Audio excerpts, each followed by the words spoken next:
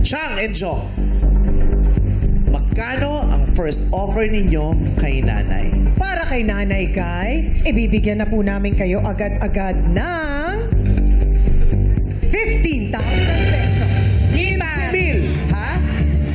15,000. Pat. Pat o lipat? Pat. Pat. So ilalapit nga kita rito sa pat. Dali ka nanay, halika dito. Mas gusto mo tong 100,000 Siyempre. kaysa sa 15,000? Eh baka hindi mo masagot yun. Eh kung tataasan nila, hindi ka ba lilipat? Jong? Dagdagan natin ng 15,000 ulit. Gawin lang 30,000! 30 na agad-agad. 30,000 na yun, nanay! Pat. Pat o lipat? 30,000? Konting-konting dagdag pa. Pwede pa ba? Konting-konting dagdag Sige, pa. dagdagan natin. Gawin nating 35,000 pesos. Nanay, tinodo na ni Chang Ami. 35,000 na yun. Pat. Sigurado yun. Pag sinabi mo lipat, tatawid ka lang dito. Kukunin mo, tapos na tayo. Dito, hindi tayo sure. Pat o lipat?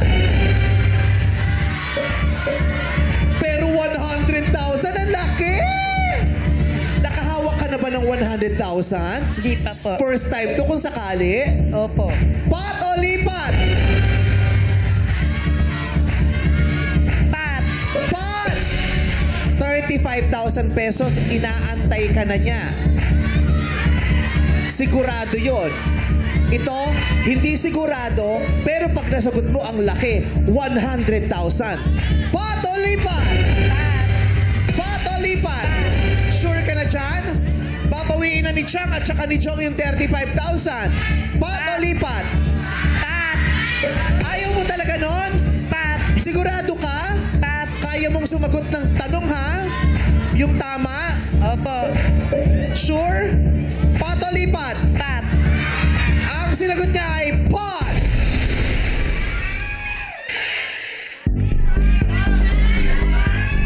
Pot daw, sabi ni nanay. Manalangin tayo na masagot niya ng tama dahil kung hindi, baka wala siyang maiuwi. Tayo ka po dito, nanay.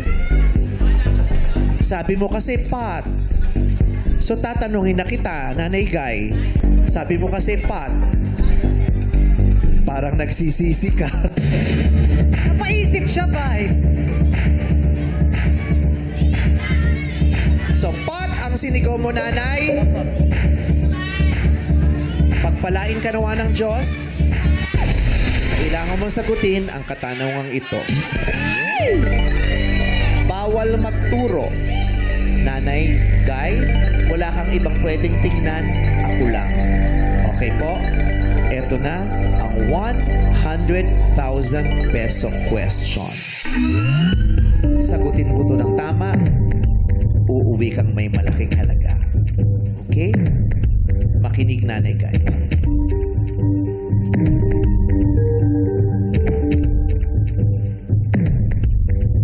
Ngayong 2025, ngayong taon na ito, anong petsa o date papatak ang araw ng Pasko?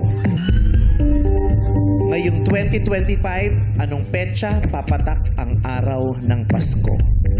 Petsa ang hinihingi ko. Kailangan pati yung buwan mabanggit mo.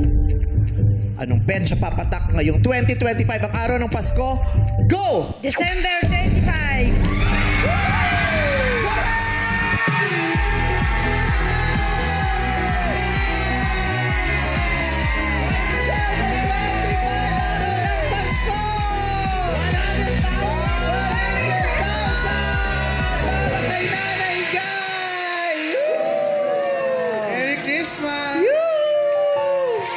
Merry Christmas!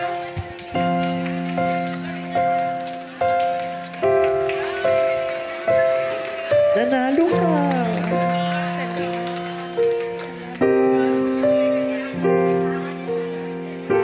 Masaya ang Pasko mo ngayon.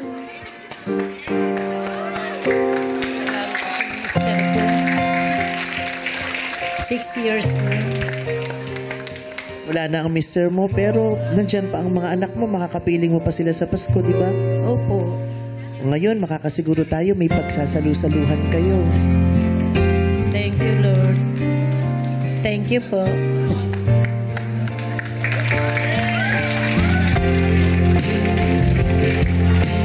Bili ka ng masarap na pagkain, ha? Kasi sabi mo, gusto mo ng masarap sa Pasko, eh. Ano yung masarap na pagkain na bibili mo, ihahanda mo sa Pasko? Lechon pa. Yeah! Pero konti lang, ha? Tapos may pagdagdag din sa hanap buhay mo. Bibili ka ng mga bagong palaman. Puhunan po. Oo, pag di mo naubos yung lechon, gawin mong palaman. Uy, masarap yun. Pati yung buntot ng lechon. Merry Christmas! Yay!